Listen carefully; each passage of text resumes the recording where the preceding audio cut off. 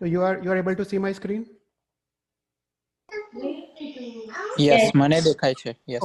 Okay. So તો આપણે let's start. So welcome everyone.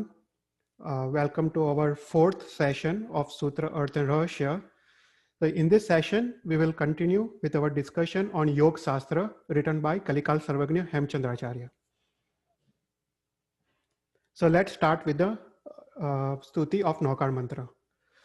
Mantram sansara saram trijadagamupanam sarva papari mantram sansarocheda mantram vishama visaharam karma nirmula mantram mantram siddhi pradanam siva sukha jananam keval jnana mantram mantram Shri Jaina mantram japa japa japitam janma nirvana mantram.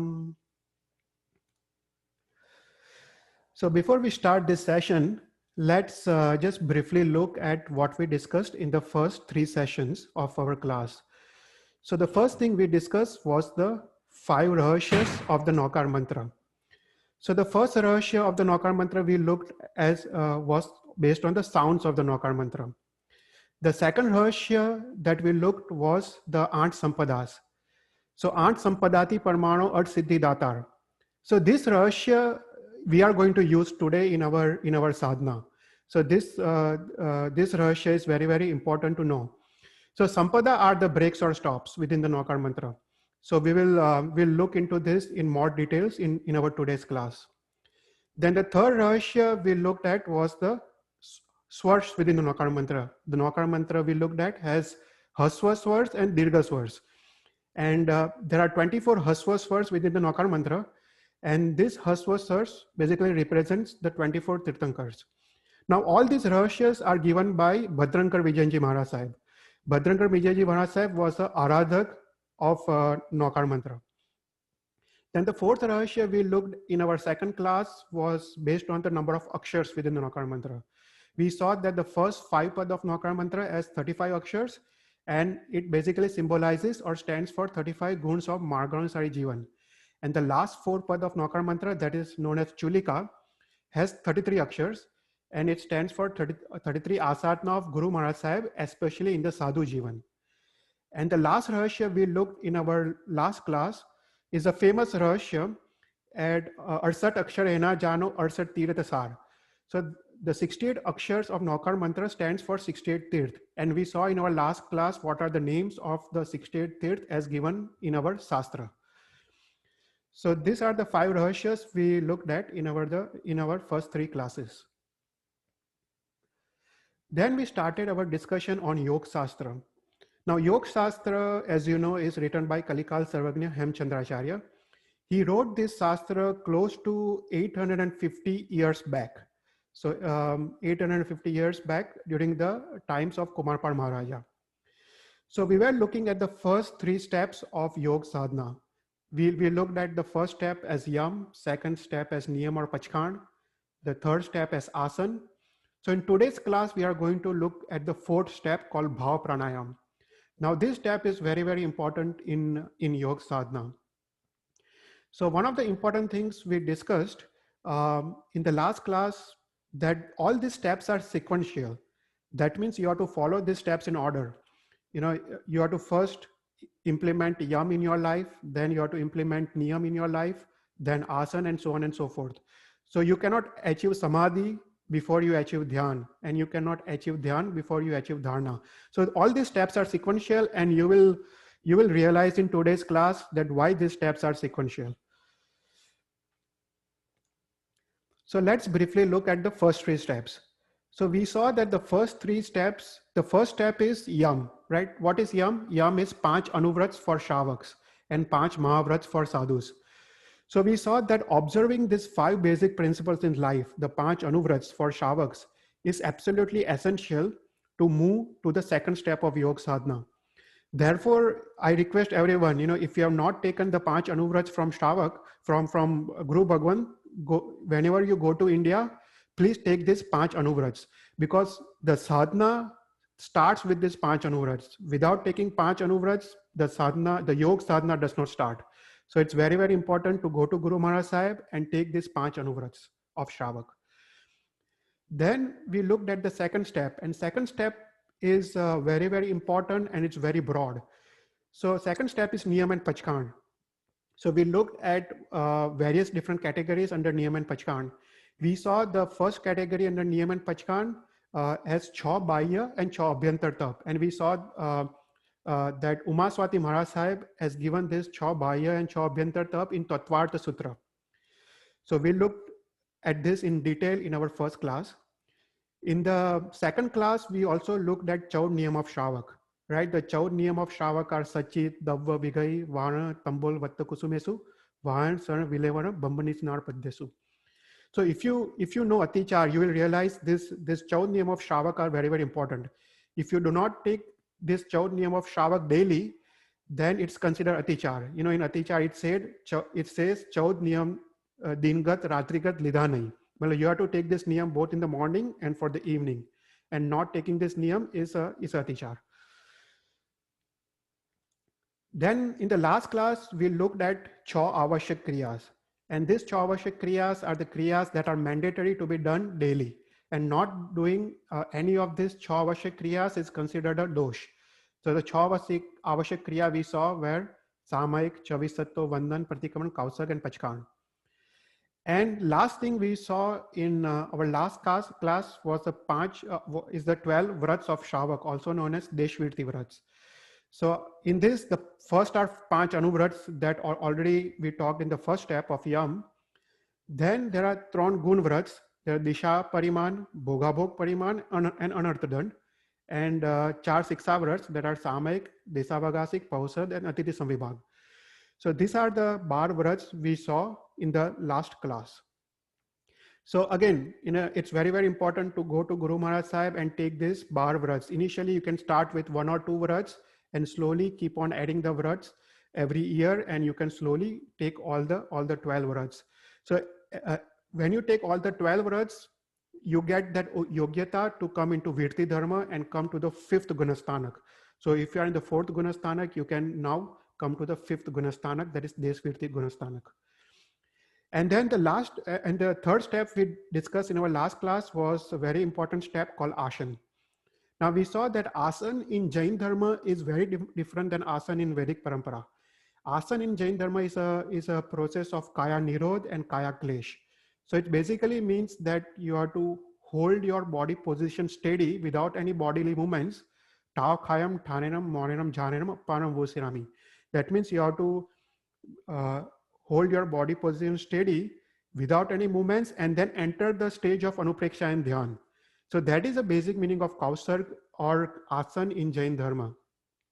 And in last class, we saw Annat Sutra, we saw the meaning of Annat Sutra, and we saw there are 12 minor exceptions, 4 major exceptions. And if you observe any of these exceptions, then your Kausarg is still not considered broken. And we also saw how to perform this Kausarg in Suddha manner. Now it's very important to do any Kriya in very, very Suddha manner. So we saw that one has to avoid 19 doshis of Kausarg that are for males or Shravaks, and females or Shravikas have to avoid 15 dosh of Kausarg. So these are the 3 steps we saw in our first 3 classes. So in today's class, we'll look at pranayam, or more specifically Dravya pranayam and Bhav pranayam. So what is pranayam? So pranayam is made up of 2 words, that is pran and ayam. So pran means pran vayu or breathing, and ayam means control. So control of pran vayu or control of breathing is known as pranayam. So pranayam is very important step in yoga sadhana because pranayam helps with a better control of your mind and better concentration of your mind. So both control of your mind and concentration of mind is very, very important to achieve anupreksha and to achieve dhyan and to achieve nirvikalpa dasha. So we use this word, nirvikalpa dasha pretty often. And I wanted to explain what is nirvikalpa dasha. So in our Shastra, it is said the nirvikalpa dasha is a state of mind without rag, dvesh, and ahankar. So state of mind without rag, dvesh, and ahankar is called nirvikalp dasha. And that is the basis of yoga sadhana. So whenever you are doing any kausarg or any asan or kausarg, and you are doing kausarg of either Naukar mantra or you are doing kausarg of Loga Sutra. So in this case, it is very important to be in nirvikalp dasa, to be in condition without rag, dvesh, and ahankar, and then only you can enter anupreksha or dhyan. That gives you adhyatmic benefits. So pranayam makes mind fit for anupreksha and dhyan. And Kalikal Sarvagnya Hemchandracharya mentions here that it is very important to first follow the yam, niyam, and asanas before you practice the fourth stage of pranayam. So one of the questions that people ask is, why can't I directly do pranayam? Why I have to follow yam, niyam, and asana? So there are four reasons why you have to do yam, niyam, and asanas. The first reason is we saw is you come into Virti Dharma. So you achieve the fifth Gunastanak of Desh Virti by following Yam, Niyam, and Asanas. The second reason you have to follow Yam, Niyam, and Asan is Yam, Niyam, and Asan reduces Rag, Dvesh, Ahankar, and all the Kashais. And that is very important for Yoga Sadhana. Third Niyam is Karma Nirjara, right? When you do any kind of tap, Chau Bahya or Chau Abhyantar tap, the main uddeshya is karma nirjara. And the fourth reason that of yam, niyam, and asana is it stops ashraf of all the asubh karmas, especially monia karmas, darshan monia karmas and charitra monia karmas. So the stopping of ashraf of monia karmas is the main reason of yam, niyam, and asana. So if you do not follow yam, niyam, and asana, and if you do pranayam, then it will give you health benefits, or it will give you physical benefits, but it won't give you adhyatmic benefits that we are looking for. So let's discuss what is pranayam. So pranayam is basically 3 steps. So there is a step of breathing in, it's called purak. Then there is a step of breathing out, it's called rechak. And then there is a halt, it's called kumbhak. So the halt after purak is called abhyantar kumbhak, and halt after rechak is called bahya kumbhak. So these are the 4 terms that you have to remember by heart. And these are the terms we'll be using often for our class today.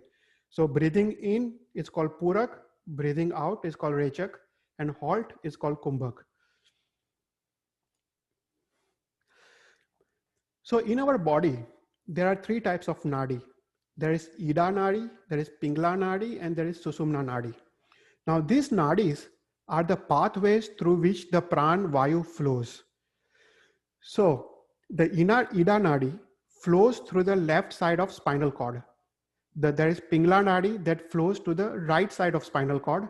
And the third nadi, Susumna nadi, flows straight up from the Muladhara chakra all the way up to Sahasrara chakra.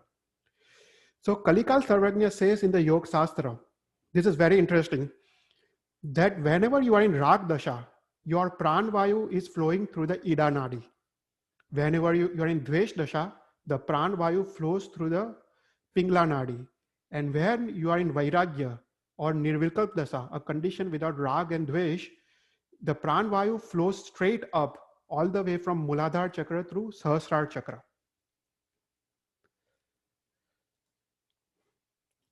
So when you are in Rag Dasha, the pran vayu flows through the Ida nadi, and Ida nadi in our Shastra is also known as Chandra nadi. And when the Chandra nadi is active, your left nostril is active. That means you are breathing in and out through the left nostril when you are in Rag Dasha. When you are in Dvesh Dasha, the pran vayu is flowing through the Pingla nadi, and Pingla nadi is also known as Surya nadi. And in this case, your right nostril is active. So when you're in Dvesh Dasha, when you are doing lots of krodh, you can taste yourself that your right nostril is active. It's flowing much faster and much more than the left nostril. And when the pran vayu is flowing through both the nostrils equally, then you're in Shamta and Vairagya. That means you're in condition without Rag or Dvesh. So this is a physical manifestation of Rag, Dvesh and Nirvikalp Dasa that happens within our body. Wow, this is interesting. I have never. I always wondered where, why there is always one side of the nose active, but never knew that this is the reason. But I'll try to test this, that if I'm Yeah, in, if I'm angry or in this dasha, and really will check it. This is something interesting. yeah, And but I definitely. think the one thing is that I'm never in this Sushma dasha.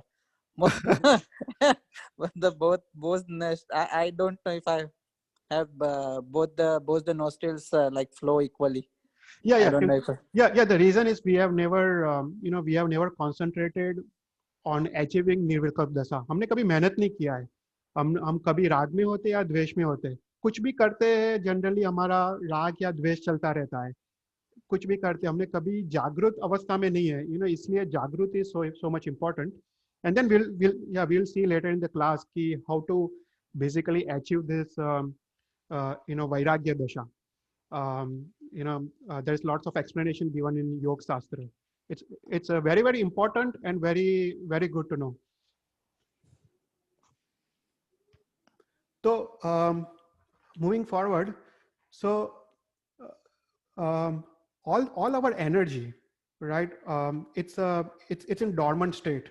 There is a energy that is stored within the Muladhara chakra, and this energy is in dormant state. It's not active state, and it's called Sushupt. In our Jain Dharma, it's called Sushupt energy or Sushupta Sakti, and this energy is stored in the Muladhara chakra. And the purpose of yoga sadhana is to activate this energy and lift this energy all the way from Muladhara chakra to the Sahasrara chakra. And only way you can do this is through Nirvikalp Dasa, without Rag or Dvesh. So the Muladhara chakra is the meeting place for the three nadis. The Ida Nadi, Pingla Nadi and Sushumna Nadi, they all meet at the Muladhara chakra. Now, originating from Muladhara chakra, all the three nadis alternate. They move like, the left and right of each other, and they again meet at the Agna chakra. Now, after meeting at the Agna chakra, in Agna chakra, it's known as Mukta Triveni. And after meeting at the Agna chakra, the Ida Nadi flows through the left nostril and Pingla Nadi flows to the right nostril. So the Pran Vayu or the Pran energy that is in Sushupta state does not reach the Sahasrara chakra. It empties through it reaches only the Agna chakra and then it empties out through our body. So the main purpose of yoga sadhana is to lift this energy from Muladhara chakra to Swadhisthana chakra to Manipur chakra all the way through Sahasrara chakra. And this only happens when you achieve the state of dhyan. Perfect dhyan without the Nirvikalp Dasa, then you are able to channelize this energy all the way through Sahasrara chakra. Now, one question people ask, what is this energy? So one example I usually give is in the Yoga Shastra, it is written that the Tejolesha, right? Bhagwan Mahavir, wo Goshala ne Tejolesha choda, that is this energy. So people used to do that sadhana, Tejolesha, शीतलेश्या, वो सब ये सब energy को वो लोग साधना करके वो उसको प्राप्त करते थे. They used to activate this energy.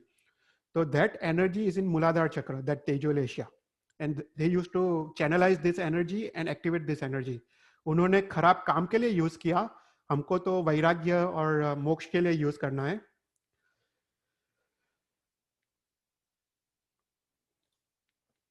So अपने body में there are seven chakras, right? So I wanted to introduce, I don't know whether you know all these 7 chakras, but it's very important to know all the 7 chakras. So first is Muladhara chakra. The Muladhara chakra is located on the base of the spine. At the end of the spine, सबसे last में, it's a Muladhara chakra. Then Swadhisthana chakra is located couple of inches below the navel. उसके ऊपर मणिपुर चक्र is few inches above the navel, is Manipur चक्र. फिर अनाहत चक्र is in the chest, विशुद्धि चक्र is in the throat, आग्ना चक्र is in the center of forehead जहाँ पे तिलक करते हैं, and सहस्रार chakra is in the top of the head. So these are the locations of 7 chakras within our body, and you have to initially तुमको याद रखना पड़ेगा, but then you will realize where these chakras are. You can feel it. तुम योग साधना में once you start doing it, you can feel the chakras. So what are the adhyatmic benefits of these 7 chakras? There are lots of physical benefits, health benefits, but here in this class, our main purpose is yoga sadhana or to achieve moksha. So we are only talking about the adhyatmic benefits. So activating the Muladhara chakra, Kalikal Sarvagnya says it brings nirbhayata. So nirbhayata is such an important gun for especially in our Jain dharma. Without nirbhayata, there is no dharma. So अपने जैन धर्म का मूल निर्भयता है. जो निर्भय है वही अपना धर्म कर सकता है. So Muladhara chakra brings nirbhayata. Then activating the Swadhisthana chakra brings vairagya or shanti, मन की शांति. फिर एक्टिवेटिंग द मणिपुर चक्र ना अपने शास्त्र में शक्ति केंद्र लिखा है, पर इट ब्रिंग्स आध्यात्मिक विकास. फिर अनाहत चक्र, इट्स ऑल्सो नोन एज आनंद केंद्र. अपने शास्त्र में उसको केंद्र बोलते हैं. वैदिक परंपरा में पीपल से चक्र, अपने शास्त्र में उसको केंद्र लिखा है, तो we can use both the terms. तो आनंद केंद्र इज अनाहत चक्र and it helps bring the bhakti, devotion, maitri bhavana, karuna bhavana, pramod bhavana, तो वो सब उल्लसित करते हैं. Then विशुद्धि चक्र brings वाचना शक्ति, इच्छा शक्ति, वो सबको प्रबल करते हैं. Then आज्ञा चक्र, it's known as ज्ञान केंद्र. अपने शास्त्र में उसको ज्ञान केंद्र लिखा है. और आज्ञा चक्र एक्टिवेट होने से जागृति और ज्ञान का संयोक्षम होता है. मतलब you are able to gain knowledge, मतलब just by reading तुमको याद रहने लगता है. वो ज्ञान का संयोक्षम है, कितना तुम्हारा एबिलिटी है. So it brings jagruti and ज्ञान का संयोक्षम. So it's very, very important. And last is Sahasrara chakra. So activating the Sahasrara chakra brings vitaragta, vairagya, and ultimately gives keval jnana and moksha. So these are the adhyatmic benefits of the 7 chakras.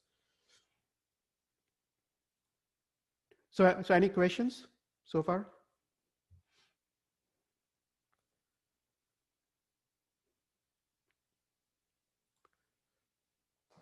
ठीक है. तो moving forward, तो the fourth step हमने देखा इन योग साधना is the प्राणायाम. पर अपने धर्म ने ना भाव प्राणायाम को ज्यादा महत्व दिया है. देयर इज द्रव्य प्राणायाम एंड देयर इज भाव प्राणायाम. So we will see first the Dravya Pranayam, and then later on we'll look at how to use the Dravya Pranayam to enter the Bhav Pranayam. तो योग दृष्टि समुच्चय और योग विंसिका में हरिभद्र सूरी महाराज साहब ने भव प्राणायाम का काफी डिटेल में वर्णन किया है. तो we are combining couple of शास्त्रस. पर so what is Dravya Pranayam? Dravya Pranayam is different types of pranayam or breathing techniques. And Kalikal Sarvagnya has given lots and lots of breathing techniques in Yoga Shastra. So usme he has given like Tribandhi Pranayam, Nadi Sansodhan Pranayam, Alulom Vilom, Surya Bhedan. I don't know all the names, but I have tried to copy some names. Ujjayi Pranayam, Brahmari Pranayam, Bhasrika. So there are so many different lists. The whole list is given in Yoga Shastra. But we won't go into all this. I wanted to talk about only two types of pranayam. One is called Nadi Sansodhan Pranayam or Nadi Suddhi Pranayam that we will practice today. And then we will see what is the correct method of breathing in our Kautsarg. तो वो दो चीज देखेंगे. So first is Nadi Sansodhan Pranayam. So what is Nadi Sansodhan Pranayam? So Nadi Sansodhan Pranayam is basically known as alternate nostril breathing. So the main purpose of Nadi Sansodhan Pranayam is to physically balance the Ida Nadi and Pingla Nadi and to channelize the energy through Susumna Nadi. So ये physical process है. You are physically balancing the Ida Nadi and Pingla Nadi. Like if you realize, जब तुमको क्रोध आता है तो doctor क्या बोलते हैं कि take deep breaths. तो डीप ब्रेथ लेने से तुम फिजिकली क्रोध को शांत करते हो. तो फिजिकल प्रक्रिया से तुम्हारे आत्मा के परिणाम में फर्क पड़ता है. तो this is the same method कि फिजिकली द्रव्य प्राणायाम से you are trying to balance your Ida Nadi and Pingla Nadi and achieve Susumna Nadi. So this Nadi Sansadan Pranayam I found is the most effective of, there are so many pranayams, but this pranayam is one of the very effective method. So in this method, it says that initially you can start, for few minutes. You can say you can do this pranayam for 3 to 4 minutes a day, especially in the morning. And then after that, you can increase to 10 to 15 minutes. And after 4 to 6 months, you will realize the benefits. You will see that you are able to achieve better concentration. तुम ध्यान दशा को तुम प्राप्त कर सकते हो. You are able to control your mind. अभी क्या है, तुम्हारा mind तुमको control करता है. And this is reversing the process. You have to control your mind, not that mind has to control you. So this is a physical way of achieving control of your mind. So far, any questions? Okay. Yeah, matlab, is there any guidance on the like how do we need to do this like sitting in the Padmasana or some? Yeah, तो मैं अभी वही we are going to the next step कि ये कैसे करने का. So in this class I will teach you this one pranayam, or this pranayam is very good. My father does it, lots of Sadhu Maharaj also does it. और धीरे धीरे फिर इसको भी छोड़ देना है. Once you get the hold of your mind, एक बार once you get the control of your mind, द्रव्य प्राणायाम is not necessary. You can directly enter the भाव प्राणायाम. तो अपने साधु महाराज को द्रव्य प्राणायाम की जरूरत नहीं पड़ती है. आफ्टर उनका तो वैराग्य इतना प्रबल होता है कि they can enter भाव प्राणायाम directly. But for people like us, जो संसारी जीव है, इतने राग द्वेष है पूरे जीवन में, this is good. तो द्रव्य प्राणायाम से you can slowly go towards bhava pranayam. So let's see how to do Nadi Sansodhan pranayam. So first of all, if it is possible, sit in Padmasana. And Padmasana तो सबको पता है, right? पलाठी बाढ़ के बैठना है. और फिर it's better to do in empty stomach. So it's said that this pranayam you usually do in the morning after waking up. जो भी भगवान का नाम और वो सब करके you can do this for 5 to 10, initially for few minutes, 4-5 minutes. फिर उसके बाद 10 to 15 minutes you can do. So sit in Padmasana and fold the index finger and middle finger to the base of the thumb. तो ऐसा, तो जैसा picture में दिखाया है ना, ऐसा ये मुद्रा है. तो you do this mudra. फिर उसके बाद take a deep breath, that is Purak, and then do Rechak. So whenever you are doing Purak or Rechak in pranayam, it has to be slow and gentle. कहीं पे भी थोड़ा भी force नहीं होना चाहिए. It has to be natural or slow and gentle. So Purak एकदम slowly होने का, deep होने का, and Rechak भी एकदम slow and gentle होने का. Then close the right nostril with the right thumb. तो जो right thumb है ना, you close the right nostril. Okay. फिर उसके बाद do the Rechak from the left nostril. And then do the Purak from the left nostril. Again, slow and gentle. फिर उसके बाद close the left nostril with the pinky finger. ये जो last दो fingers है ना, close the left nostril and simultaneously open the right nostril. फिर उसके बाद do the Rechak from the right nostril and do the Purak from the right nostril. So this completes one round. फिर उसके बाद again open the left nostril and close the right nostril. Do the Rechak from the left nostril. Then do the Purak from the left nostril. Then close the left nostril and open the right nostril. And do the Rechak from right nostril. And then Purak from right nostril. So this completes the second round. So this is how you do Nadi Sansodhan Pranayam. तो सबको हो रहा है या difficult हो रहा है?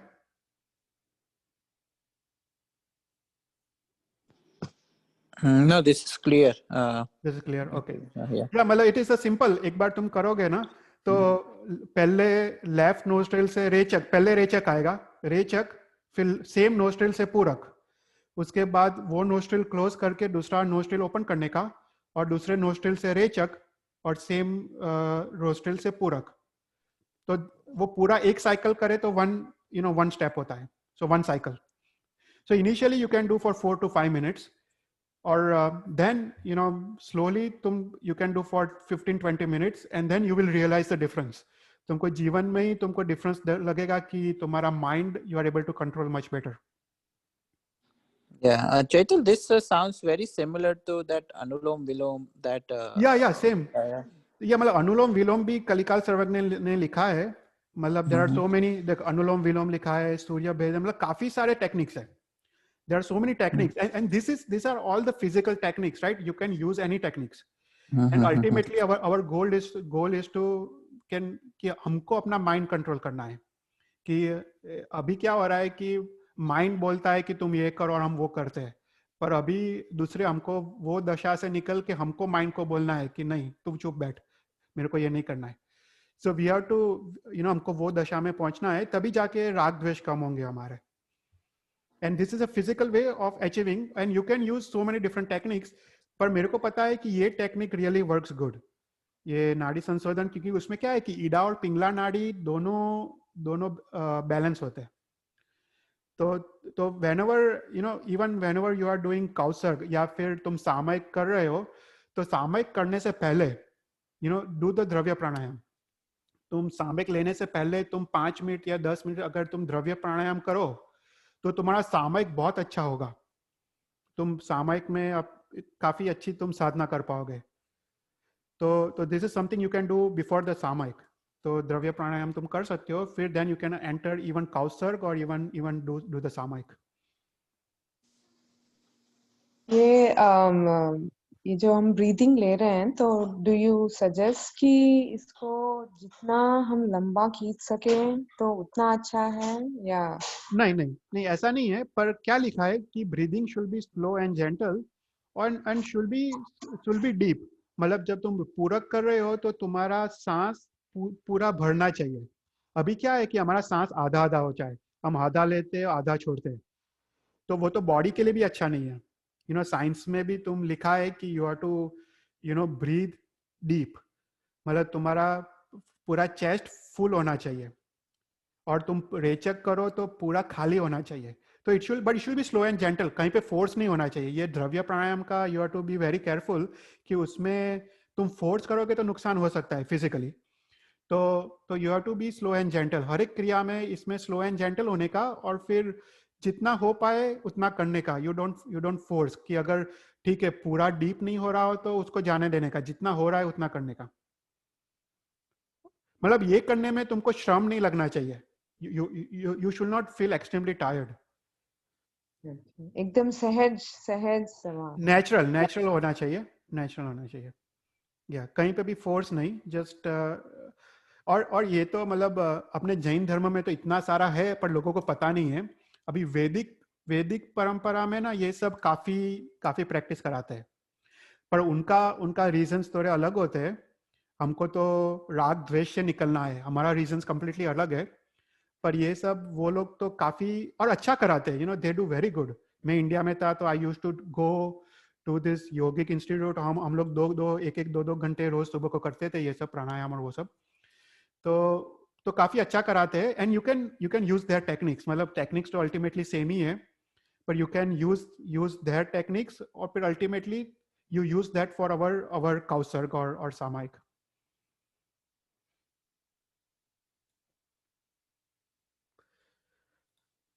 अगर खाली पेट, जैसे अभी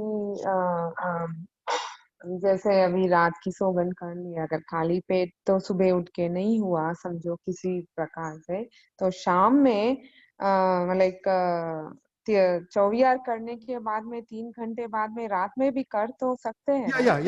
या डेफिनेटली रात को भी लोग करते हैं। या तुम्हारा अगर खाने के बाद अगर 3 घंटे हो गए, यू कैन डू इट। या मेक श्योर तुम्हारा एक प्रहर हो गया हो, ओके। या तो फिर उसके बाद यू कैन डू इट। तो कितने लोग रात को भी करते हैं।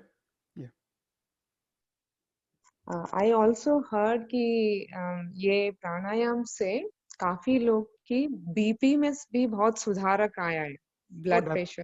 डेफिनेटली, मतलब ये तो सब हेल्थ बेनिफिट्स बहुत है, जो वैदिक हिंदू धर्म में करते हैं, they do for health benefits, right.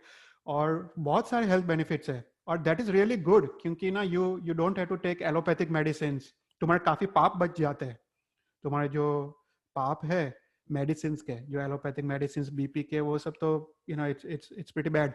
तो वो सब तुमको फिजिकली भी इतना बेनिफिट्स है, तुमको आध्यात्मिक तो बेनिफिट्स है, and I am only concentrating on आध्यात्मिक बेनिफिट्स, पर physical benefits are great, and definitely I think you have to do it for both. Physical benefit, तुमको कोई बॉडी में प्रॉब्लम हो तो डेफिनेटली डू प्राणायाम, तो तुमको एलोपैथिक मेडिसिन लेना ना पड़े।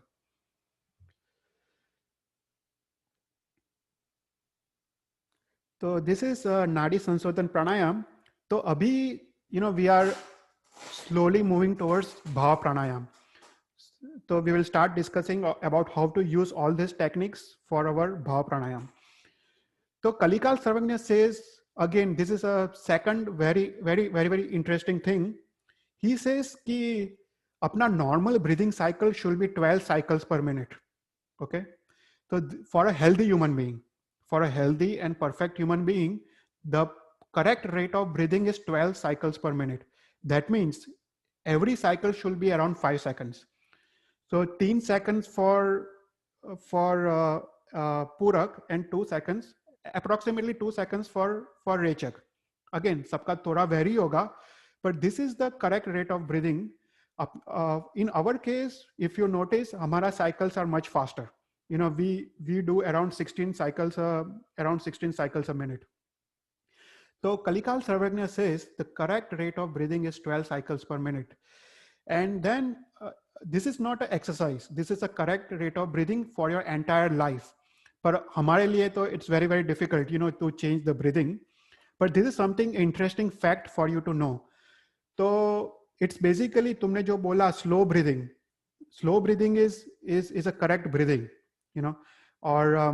और तुम अगर मेजर करो तुम्हारा हमारा सबका 12 से ज्यादा आएगा, 16 18 ऐसा कुछ आएगा।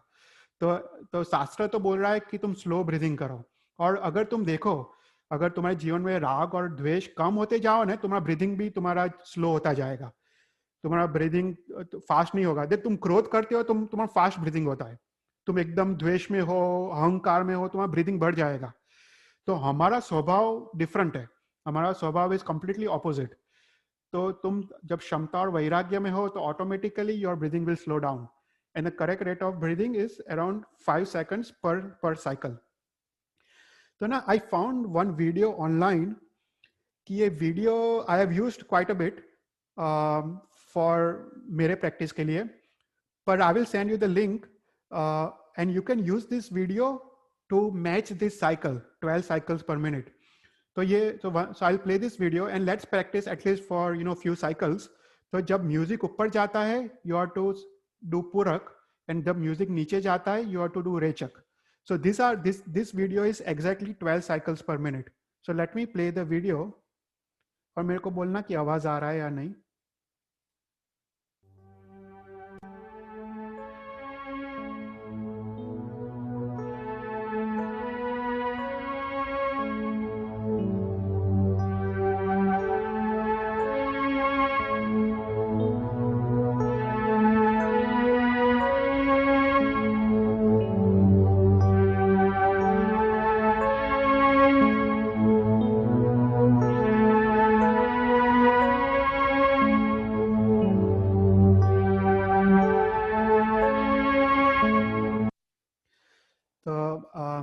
Were you able to try the Purak and the Rechak?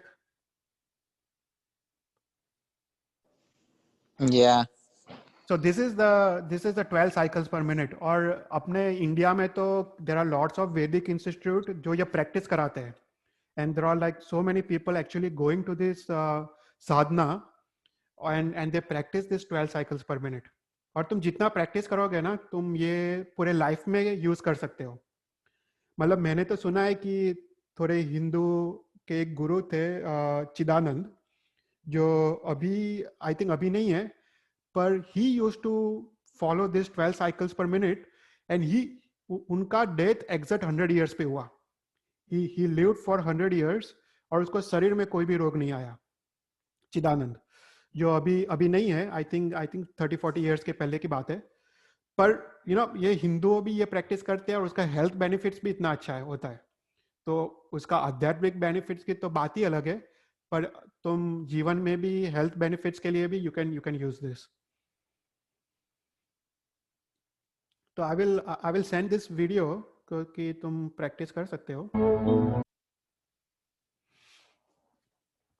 तो कमिंग टू आवर शास्त्र, तो अपना काउसर्ग और तो अकॉर्डिंग टू आवर शास्त्र कॉल प्रवचन सरोद्वार, इन द फर्स्ट प्रकरण it's called Pratikraman Dwar Sutra. I don't know whether you have read this or not, but it's very good Shastra. So in Pratikraman Dwar Sutra, it's said that the Kausarg, the duration of Kausarg is based on breathing cycles. तो लिखा है कि whenever you do Kausarg of Naukar Mantra or Kausarg of Loga Sutra, it should be in coordination with the breathing cycles.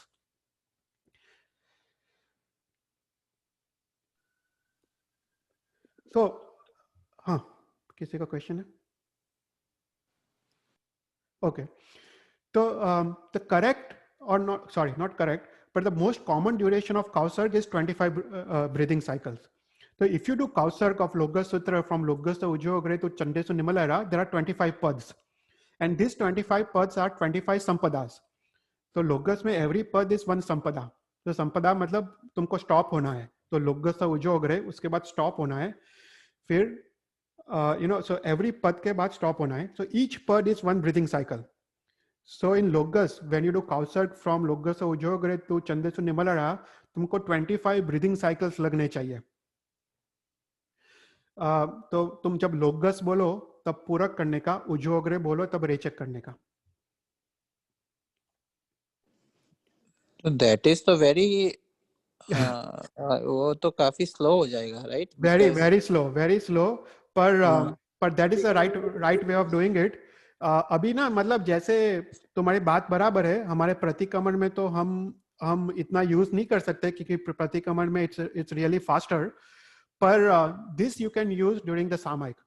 मतलब तुम सामयिक में तुम जैसे डिसाइड करो कि मेरे को 20 लोगस का काउसर्ग करना है, then you can use this. तुम्हारे पास इनफ टाइम है and you can do this. पर मैंने काफी महाराज साहब से बात किया है and they are using this in even in pratikraman. तो they are able to do it. तो लाइक इवन माय फादर, मेरे पापा प्रतिक्रमण में लोगस सूत्र का काउसर्ग ये प्राणायाम से करते हैं. तो it's slow, it's definitely slow, पर तुम खुद प्रतिक्रमण कर रहे हो ना, तब यू कैन डू इट. अगर तुम संघ के साथ कर रहे हो you can not probably do it, पर तुम जब खुद प्रतिक्रमण कर रहे हो तो definitely you can do it. And this is what the शास्त्र सेज, क्योंकि हमारा काउसर्ग है ना, it's basically based on the duration of breathing cycles, और वो हम आगे देखेंगे. तो फर्स्ट इज नौकार मंत्र. तो नौकार मंत्र is basically 8 breathing cycles, and these are related to 8 sampadas, right? So the first 7 pad of Naukar mantra has 7 breathing cycles, and the last 2 pad of Naukar mantra has got 1 breathing cycle. So total it will be 8 sampadas.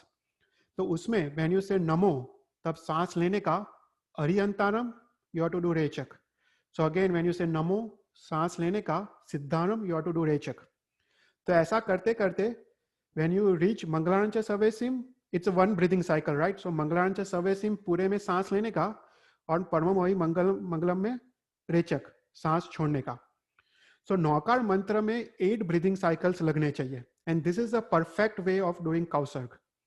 तो इसलिए 8 संपदा बोला है ना. 8 संपदा का meaning ये है, तुम्हारा ब्रेक और स्टॉप कब मिलेगा, तुम्हारा तब पूरक और रेचक फिनिश होगा, तब तुम्हारा एक संपदा होगा. So similarly लोगस उज्जोगरे, और उसमें वी हैव सीन कि 25 ब्रीदिंग साइकिल्स है, और you can do the practice. तो चेतन भाई, हाँ, सॉरी चेतन भाई, एक बार आप नौकार मंत्र को वो 8 संपदा में आप ब्रेक करके आप बोल सकते हैं? या श्योर, या. तो नमो पूरक, हरियंतानम रेचक, राइट. नमो पूरक, सिद्धानम रेचक. नमो पूरक, आयरियानम रेचक. नमो लोए पूरक, सव्वसाउनम रेचक. ऐसो पंच, फिर नमुकारो, फिर सव्व पाव परासनो, फिर उसके बाद मंगलारंच सव्वे सिंह, वो पूरा पूरक, और परम अवै मंगलम वो रेचक.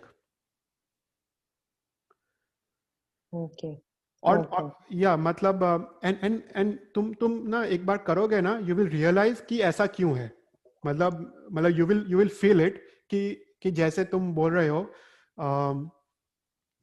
सव्व पाव परासरो, तुम सव्व पाव बोल रहे हो तो पूरक कर रहे हो, पर परासरो बोल रहे हो, रेचक कर रहे हो. मतलब तुम सभी पाप तुम्हारे से निकल रहे हैं. तुम जब रेचक कर रहे हो ना, तो वो डीपर मीनिंग वहां पे है कि तुम जैसे परासरो बोल रहे हो, यू हैव टू विजुअलाइज कि तुम्हारे सभी पाप निकल रहे हैं. तो इसलिए वहां पे रेचक है. तो पर तुम प्रैक्टिस करोगे, you will realize more and more कि ऐसा क्यों है. पर वंस यू डू दिस ना, तुमको बहुत काफी बेनिफिट होगा, आध्यात्मिक बेनिफिट्स काफी होगा, और तुम्हारा ध्यान और वो सब काफी काफी बढ़ेगा ये करने से. તો ચૈતલ સો ઓબ્વિયસલી આ તો તમે બોલો ત્યારે જ આ વસ્તુ ફોલો થાય, રાઈટ? લાઈક નમો અરિહંતાણમ, લાઈક તમે કાઢો શ્વાસ, એટલે આ તો તમે બોલો ત્યારે, પણ જો મનમાં તમે કાવસક કરતા હોવ તો પછી આવું કઈ રીતે થાય? ના, મનમાં તો બહુ ઈઝી છે, મનમાં વધારે ઈઝી છે. એટલે બોલો તો અઘરું પડે, કારણ કે તમારે બોલવામાં તમારે શ્વાસ તમારે જોઈએ બોલવા માટે. પણ મનમાં કરો તો જો આમાં શું છે કે તમારું બ્રીધિંગ તો નેચરલી ચાલે છે, રાઈટ? તો તમારું બ્રીધિંગ એડજસ્ટ નહીં કરવાનું. મતલબ you have to adjust your Navkar mantra to the breathing, not breathing to the Navkar mantra. तो તમારું બ્રીધિંગ તો નેચરલી તમે પૂરક रेचक तो करो છો, यू आर ऑलरेडी डूइंग पूरक रेचक, राइट? पर इसमें क्या है कि तुम जब नमो बोलो तब तुम्हारे माइंड में यू हैव टू थिंक कि तुम पूरक के वक्त तुम नमो बोल रहे हो, और रेचक के वक्त तुम अरिहंताणम बोल रहे हो. तो you have to coordinate your mind to the breathing, but not breathing to the mind. Okay, got it. तो मतलब नमो थोड़ा लंबा चलेगा और हाँ, arihantanam would be kind of short. Little shorter, exactly. Okay okay और ना ओके. तुम प्रैक्टिस करोगे तो आ जाएगा. मेरा तो इतना इजीली आ जाता है ये तो. या मतलब सालों से प्रैक्टिस किया है. पर या मतलब तुमको फिर ना इसके बेनिफिट्स इतने सारे हैं ना, तुम्हारा माइंड कहीं और जाएगा नहीं. तुम्हारा मतलब ये द्रव्य प्राणायाम का रीजन ये है कि तुमको अपने माइंड को ना, वी नीड समथिंग, एक क्या बोलते हैं कि खीटी चाहिए. यू नीड समथिंग कि जहाँ पे तुम्हारा माइंड बना रहे, और इसलिए ये द्रव्य प्राणायाम है. तुम्हारा माइंड ब्रीदिंग के साथ कोऑर्डिनेट कर रहे हो. Yeah, because it would require a lot of focus. Focus बहुत चाहिए ना, बहुत चाहिए. हाँ. और this is just the first step. मैं आगे सेकंड स्टेप बोलूंगा और फिर थर्ड स्टेप बोलूंगा, तब तुमको पता चलेगा कि एक्चुअल काउसर कैसे करते हैं. पर this is just the first step. ये coordination of breathing is just the first step. फिर उसके बाद हम सेकंड स्टेप भी जाएंगे. तो तुमको अगर प्रैक्टिस करना हो तो I can play this video, और तुम एक बार नौकार प्रैक्टिस करो ये वीडियो के साथ. तो तुमको ब्रीदिंग भी कोऑर्डिनेट होगा और फिर नौकार भी कोऑर्डिनेट होगा. तो लेट्स प्रैक्टिस वन नौकार. ठीक है?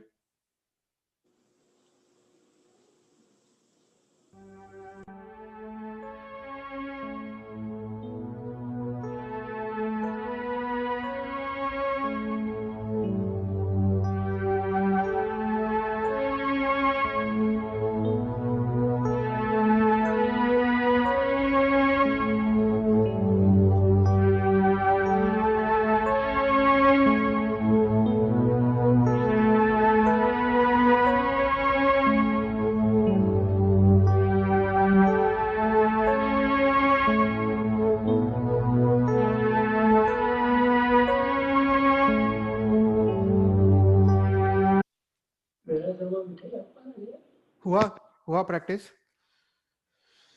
या थोड़ा डिफिकल्ट है. आई थिंक मैं ना पहले वाला वो बीट थोड़ा मिस कर गई, so but I catched it with the second. somehow I feel कि ये बीट थोड़ा फास्ट है. नहीं मतलब मतलब तुमको क्या करने का, ये तो म्यूजिक तो मतलब तुम्हारी इनिशियल प्रैक्टिस के लिए तुम यूज कर सकते हो, पर ये ना तुमको कैसे माइंड में कैसे करने का कि ना तुमको 1 2 3 5 6 बोलने का। तो that is a perfect time. तो अगर तुम बोलो 1 2 3 5 6, 1 2 3 5 6, 1 2 3 5 6, तो वो तुम्हारा ना माइंड में इंटरनली तुम्हारा चलता रहेगा वो चीज।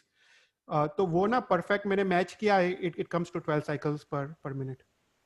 तो अगर चेतन, हाँ सॉरी, चेतन भाई, ये जो अभी आपने वीडियो प्ले किया था, राइट? हम्म, तो उसको फिर से प्ले करके आप उसी के साथ नवकार मंत्र बोलोगे एक बार, तो पता चलेगा हाउ टू गो। या मैं ना म्यूजिक को थोड़ा कम करता हूँ, आई थिंक फिर मेरा सुनाई नहीं देगा। ओके अच्छा मेरे को यहाँ से, सॉरी यहाँ पे वॉल्यूम का ऑप्शन नहीं है, ठीक है एनीवेज।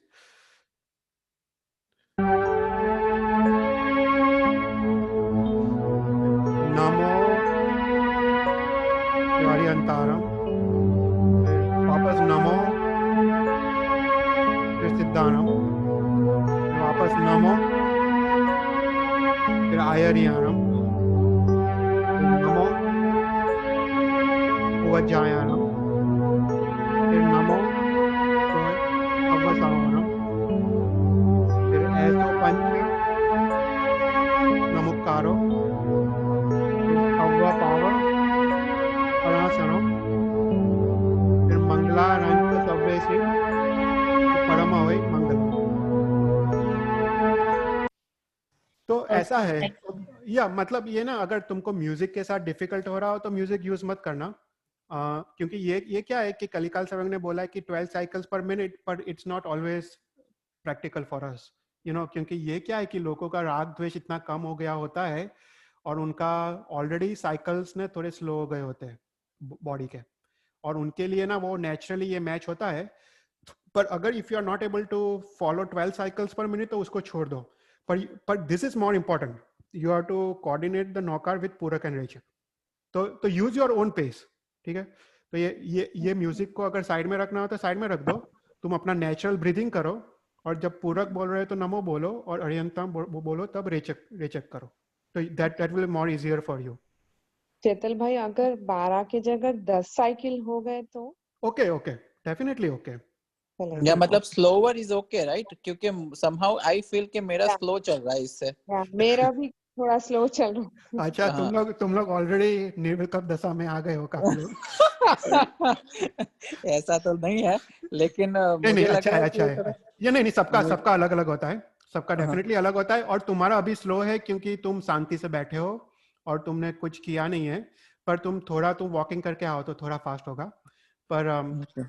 या पर that's fine. Okay, do not concentrate on 12 cycles per minute. ये तो ना I was more giving you more information कि योग शास्त्र में क्या लिखा है।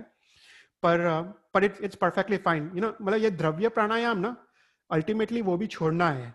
हमको भाव प्राणायाम ही करना है। पर बेसिकली देखो, पता है काफी तक बोला है कि हमारा श्वासोश्वास में नौकार होना चाहिए। That is what it is. क्या बोला है? राइट राइट श्वासोश्वास में नौकर होना चाहिए। तुम श्वासोश्वास में नौकर ला लो ना तो ऑटोमेटिक तुम्हारा ये पूरक रेचक में नौकर आ जाएगा जीवन में। तुम्हारा माइंड से ही चलता रहेगा। तुमको फिजिकली लिप्स मूव करने की जरूरत नहीं है, हो टंग मूव करने की जरूरत नहीं है। वो तुम्हारा नेचुरल ब्रीथिंग के साथ ही नौकर आ जाएगा। और कितने लोग का इंडिया में तो जो योग साधना में आगे बढ़े हैं वो तो पूरे टाइम नौकार या लोगस में होते हैं। पूरे टाइम उनको लोगस सूत्र चलता है। कितने आचार्य भगवान भुवन भानु महाराज साहेब कंटिन्यूस लोगस में थे। वो सिर्फ लोगस का ही सहारा लेते थे। जब बैठे होते थे लोगस चालू होता है मन में। तो that is a thing right. श्वासोश्वास में नौकार या श्वासोश्वास में लोगस होना चाहिए। Okay. I wanted to say like ये आचार्य महाप्रज्ञ जी also प्रेक्षा ध्यान, put lot of on Priksha meditation. प्रेक्षा ध्यान या उन्होंने एक जो वो लोगस, जब लोगस सीखा तो समनी जी से सीखा यहाँ पे ह्यूस्टन में।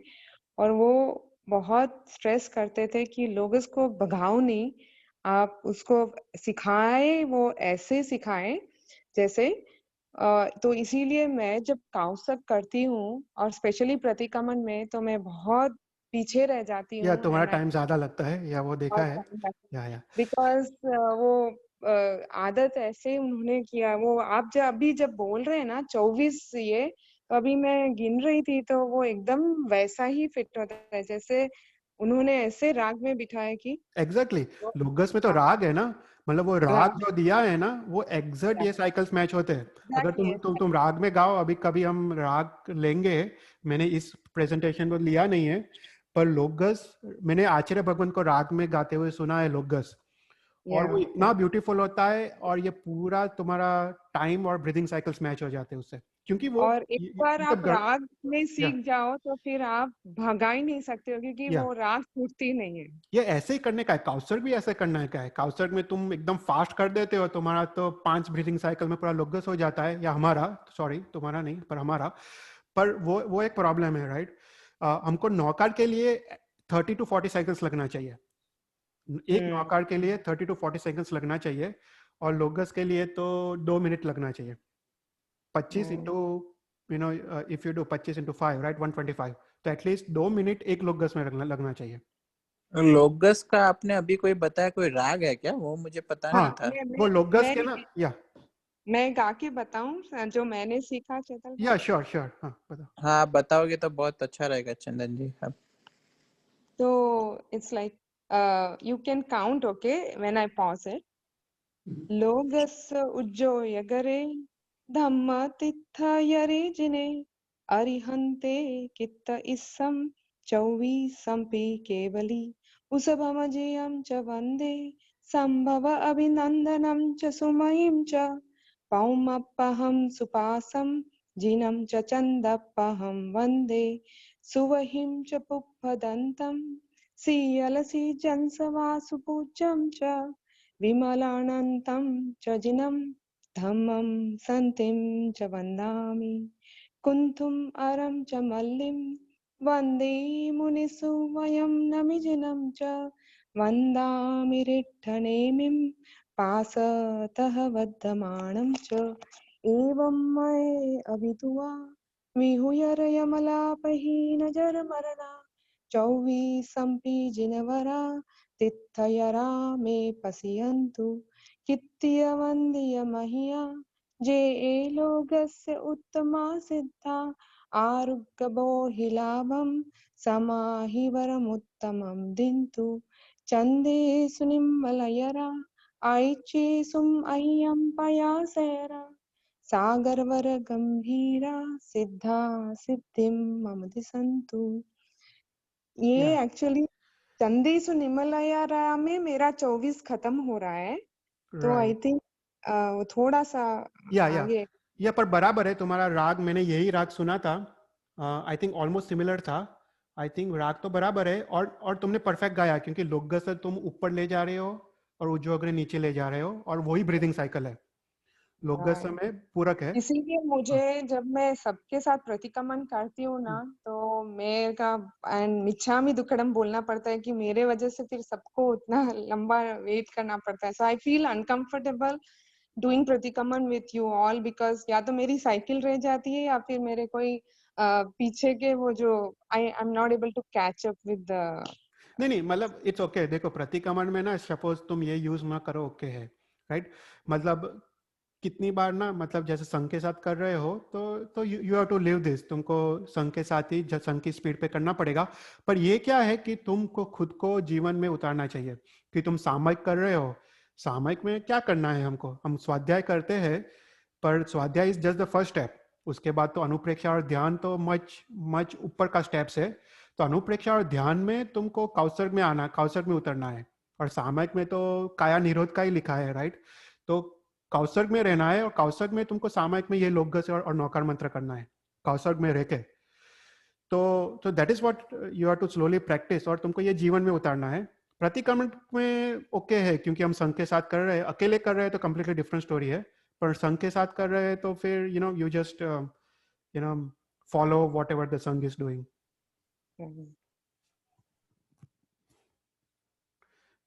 ओके, तो कमिंग टू द प्रतिक्रमण, तो प्रतिक्रमण, राइट, सो राई प्रतिक्रमण, में क्या है कि सबसे कम पाप होते हैं। तो रात को हमारे सबसे कम पाप होते हैं, इसलिए हमको राई प्रतिक्रमण में 1 लोकगज का कौशक आता है चंदे से निमलराज तक, and that is basically 25 breathing cycles.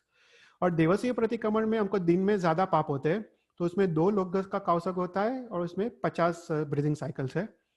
पक्की प्रतिक्रमण में तुम 14 डेज का पाप का परिक्रमण कर रहे हो, तो इसमें 12 लोकगज का कौशक आता है and that is 300 breathing cycles. चौमासी में 20 लोकगज का आता है, दैट इज 500 ब्रीदिंग साइकिल्स। संवत्सरी में 40 लोकगज प्लस 1 नौकार आता है, दैट इज 1008 ब्रीदिंग साइकिल्स। और जब तुमने स्नीजिंग किया हो प्रतिक्रमण में या रात को दुःस्वप्न आया हो, तुम्हारे शास्त्र में लिखा है तुमको 4 लोकगज का कौशक करने का सागर वर गंभीरा तक, and that comes to 108 breathing cycles. तो the rahasya of kausarg is basically based on number of breathing cycles. तो कोई पूछे कि क्यों 12 लोकगज का कौशक है, तो शास्त्रकारों ने बताया है कि हमको 300 ब्रीदिंग साइकिल्स चाहिए हमारा पाप के परिक्रमण के लिए। तो that is a time period. 300 breathing cycles क्या है कि बेसिकली टाइम पीरियड कि तुम उतना टाइम तब का तुम कौसर्ग करो कि तुम्हारे पाप का परिक्रमण होता है 14 दिन का। So that is a main रहस्य कि ये सब प्रतिक्रमण में डिफरेंट डिफरेंट कौसर्ग क्यों आ रहे हैं।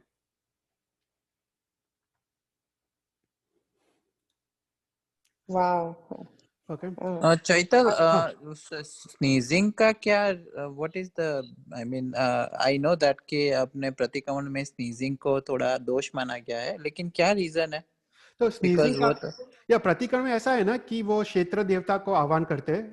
तुम जब स्तुति करते हो, भुवन देवता, क्षेत्र देवता आदि की स्तुति आती है, और प्रतिक्रमण में हम ना वो भुवन देवता और क्षेत्र देवता से मांगते हैं, क्या मांगते हैं, राइट, हम मांगते हैं कि हमारे जो साधु भगवान से हमारे श्रावक है उनकी आराधना में कोई विघ्न ना आए। तुम क्षेत्र देवता की स्तुति सुनो या फिर भुवनपति देवता की स्तुति सुनो, कमलदल विपुल नयना, या फिर ये सब स्तुति है, राइट। तो स्तुति में बेसिकली क्षेत्र देवता को बोलते हैं कि तुम अपने साधु भगवंश का जो भी आराधना चल रहा है और मोक्ष मार्ग की आराधना चल रही है उसमें कोई भी विघ्न आए तो दूर करो, और उनका अच्छी तरह वो मोक्ष मार्ग की साधना कर पाए। तो क्या ये देव का आह्वान है प्रतिक्रमण के अंदर, और ये रहस्य है। और इसलिए ना उनको स्नीजिंग अच्छा नहीं लगता है। जब देव आते हैं तो उनको they don't like this sneezing, वो अशुभ बोलते हैं, अशुभ शुकन बोलते हैं।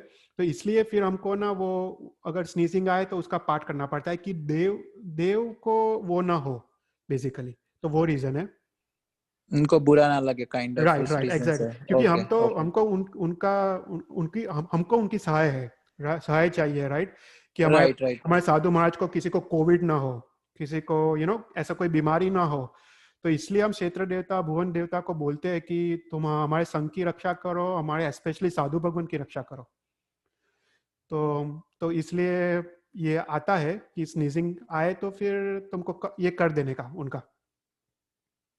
Okay okay, that makes sense. Okay. और चेतन भाई, ये जो है दुःस्वप्न, ये दुःस्वप्न और कुस्वप्न ये क्या है? और ये सिर्फ प्रतिक्रमण में करना है या इवन अदरवाइज आए तभी भी करना है? नहीं, दो सपने तो रात की बात है। तो रात को अगर तुमने नींद में अगर खराब सपना आ जाए, राइट, हाँ, तो शास्त्र में लिखा है कि तुम इमीडिएटली उठ जाओ, बैठ जाओ और 4 लोकगज का कौशक करो सागर वर गंभीरा तक। तो why is that, like for what? क्योंकि हर एक सपना का सपना शास्त्र है, राइट, और सपना शास्त्र में हर एक सपना का फल लिखा है। तो खराब सपने का खराब फल है, अच्छे सपने का अच्छा। इसलिए त्रिशला माता के 14 सपने का हम क्यों पूजन करते हैं, क्योंकि इतने उत्तम सपना है कि तीर्थंकर भगवान के आने से ये सपना आते हैं, राइट। तो अपने सपना भी इफेक्ट होते हैं ये सबसे। तो हमारे अपने खराब सपना आए तो उसके खराब फल होते हैं। और सपना शास्त्र में तो काफी डिटेल में लिखा है कि कौन से प्रहर को कौन सा सपना आए और कैसा फल है, और कौन सा सपना फल देता है, कौन सा सपना फल नहीं देता है। There is lots of information. पर हमको ये सब इतना डिटेल में जाने की जरूरत नहीं है। हमको क्या करने का, खराब सपना आए तो इमीडिएटली बैठ जाने का और 4 लोकगज का सागर और गंभीरा तक कौशक कर देने का, तो उसका खराब फल नहीं मिलेगा फिर। ओके, वाह। चेतन भाई, मेरे को किसी ने ये बताया कि अगर कभी खराब सपना आए तो वापिस से मतलब नींद मतलब try to sleep and don't think much about it. और अगर कोई अच्छा स्वप्न आए तो जाग जाओ और वो स्वप्न के बारे में चिंतन करो। बराबर ये है। क्या नहीं, सच है? 100%, या वो ऐसा ही है, क्योंकि तुम त्रिशला माता का देखो, उनको सपना आया तो वो उठ के वो अभी अभी तुम सोचो, वो तो अलग रूम में सोते थे, और वो उठ के चल के सिद्धार्थ राजा के रूम में गई। तुम सोचो जस्ट उनका माहौल कैसा था। वो लोग अलग अलग रूम में सोते थे, और वो उठ के चल के दूसरे रूम में गई और उन्होंने बोला कि मेरे को ये सपना आया।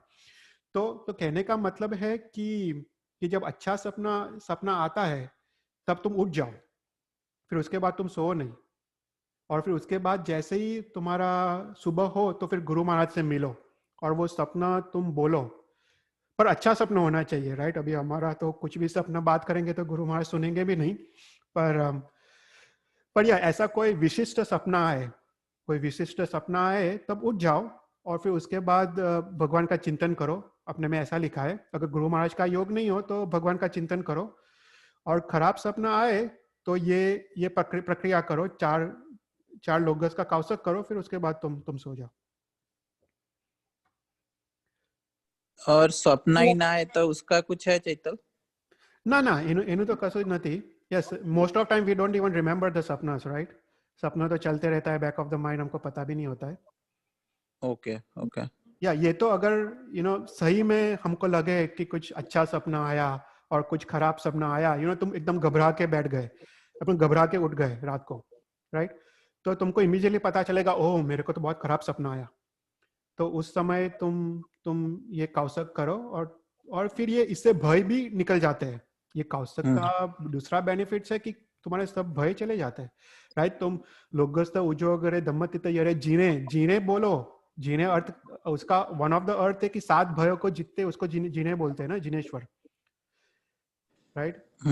तो राइट। हमारे हमारे भय सभी निकल जाते हैं जो आते हैं। हम ना लोगस का अर्थ ऐसे तो मैंने ये प्रेजेंटेशन में लिखा है, पर हमको इतना टाइम नहीं मिलेगा। पर हम नेक्स्ट क्लास में हम लोगस का पूरा अर्थ लेंगे, क्योंकि that is very very important. क्योंकि कौशल के वर्क तुमको अर्थ का भी उपयोग रखना है। ओके, મને એક પૂછ્યું હતું કે આ જે 48 મિનિટ્સ નું હોય છે ને આપણે સામાયિક કે કંઈ પણ, તો 48 મિનિટ્સ અત્યારે તો આપણા પાસે ક્લોક છે, પહેલા લોકો કેવી રીતે કરતા હતા 48 મિનિટ્સ કેવી રીતે સમજતા હતા? એ લોકોને ખબર છે? ના મને ખ્યાલ નથી હા પહેલા કેવી રીતે કરતા હતા, अ, કદાચ मे- પૂછી લઉં। मेरी नानी के पास एक वो समय का होता था, वो मट्टी ऐसे ऊपर नीचे घड़ी होती है घड़ी वो। घड़ी हाँ, घड़ी वो घड़ी होता था। वो वो होती सैंड थी। का, हाँ, तो वो 48 मिनट्स का होता है क्या? या हाँ वो वो पता नहीं एग्जैक्टली वो लेके रहते थे, तो वो पूरी रेत नीचे आई जब तक वो जैसे ही नीचे आ गई तो फिर वो समय पार लेते थे, पता नहीं। मेरे पास है। ओ हाँ वाह। हाँ, वो सैंड डायल या जो बोलते हैं ना। पर हाँ या मैं तुमको ये ना बहुत अच्छा क्वेश्चन है। मेरे को एक इंसिडेंट याद आ रहा है। तो इंसिडेंट नहीं, पर मतलब इंडिया में कुमार पारवीशा है, राइट? तुमने सब उनका नाम सुना है। तो हाँ कुमार पारवीशा दिन में 8 सामयिक करते, दिन में 8 सामयिक करते, और मैंने तो खुद उनके साथ सामयिक किया है। तो कुमार पारवीशा वो सामयिक करते हैं ना, तो वो सामयिक करते हैं तो क्या करते हैं सामयिक में? तो सामयिक में ना ये योग साधना करते हैं, ध्यान में चले जाते हैं इमीडिएटली, और उनका ध्यान तो फर्स्ट सेकंड से ही लग जाता है। वो जैसे ही सामयिक शुरू करे ऐसे ही ध्यान लग जाता है, और उनकी जब आंख खुलती है ना तब 3 सामयिक हो गए होते हैं। कितने? 3 सामयिक, और ही नोस एग्जैक्टली कि 3 सामयिक हुए हैं, विदाउट क्लॉक, नो क्लॉक।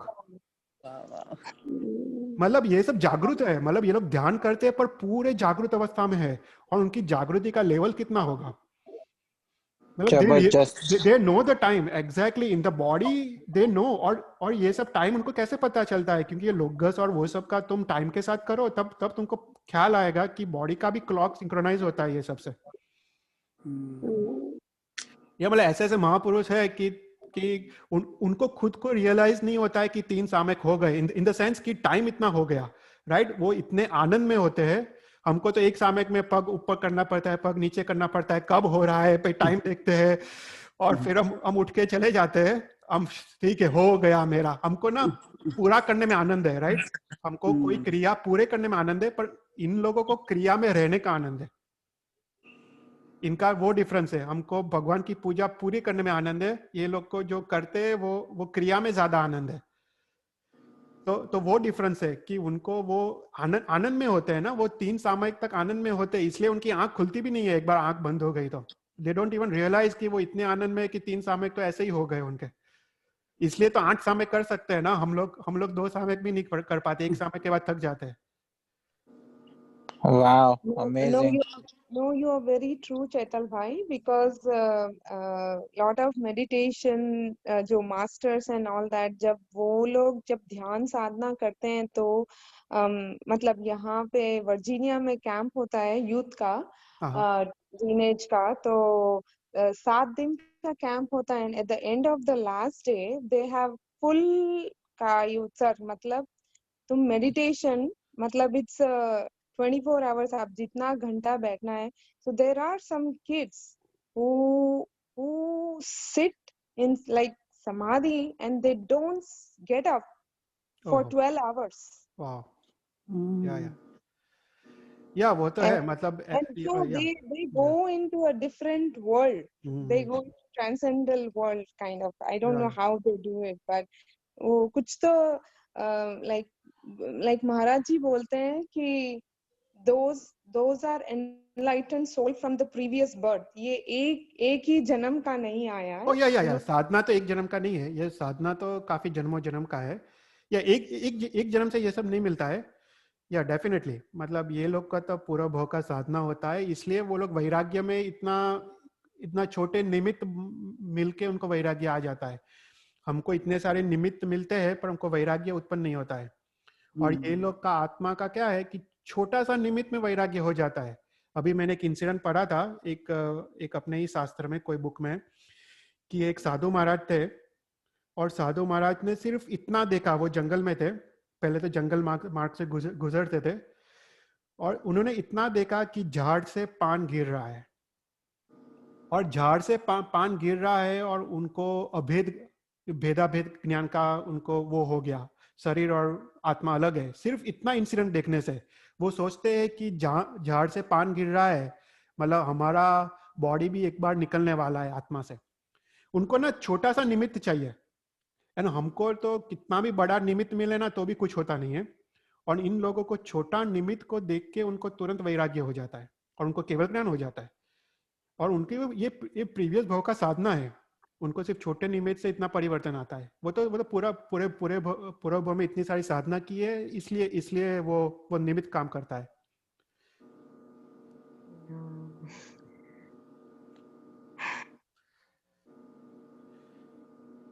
हाँ, तो I don't know whether ये जन्म में हम वो आनंद को we would be able to catch that anand or not, because नहीं वो हो सकता है, out of this body, then you definitely feel that you have वो body से निकल के वो really transcendental world में, पता नहीं मेरे से तो 5 मिनट भी कम नहीं कर सकती हूँ ध्यान।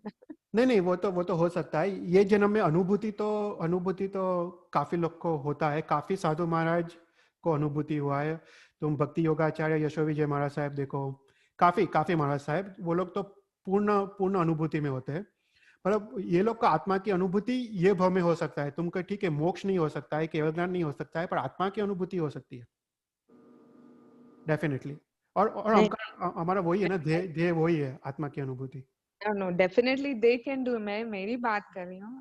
I don't know whether I will be able to even in this janam. I'm talking about me, but but we have to start somewhere. तो कहीं ना कहीं पहुंचेंगे। नहीं सबका आत्मा तो सबका आत्मा सेम ही है।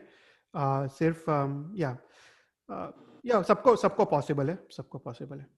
या अभी ना कितना टाइम हुआ है? आई थिंक 9, मतलब ऑलरेडी कलाक है। सारू, I think we will stop here, क्योंकि I think here we are going to the next step, कि अभी प्राणायाम के साथ कैसे चक्र पे ध्यान करने का, और फिर उसके बाद थर्ड स्टेप में जाएंगे। और देयर आर 3 स्टेप्स फॉर काउसर्ग, पर अभी तो हमने सिर्फ एक ही स्टेप देखा कि कोऑर्डिनेटिंग नौकार मंत्र विद विद प्राणायाम। हाँ, मेरा इस टाइम तो काफी लेने का विचार था, पर या आई थिंक टाइम काफी हो गया, पर I think we will continue this. I think हम नेक्स्ट फ्राइडे को वापस लेते हैं, और फिर तो वी कैन कंटिन्यू दिस। तो नेक्स्ट फ्राइडे को हम फिर सेकंड स्टेप में जाते हैं और फिर थर्ड स्टेप में जाते हैं, और फिर उसी प्रकार लोगस का भी फर्स्ट सेकंड थर्ड स्टेप है, तो वो लोगस का भी फर्स्ट सेकंड थर्ड स्टेप में जाएंगे और उसके बाद लोगस का अर्थ भी देखेंगे।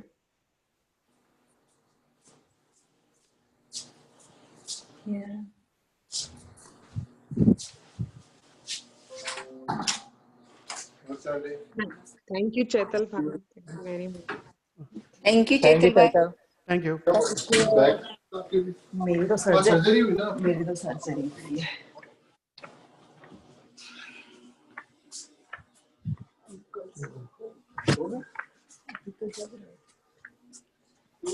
जाके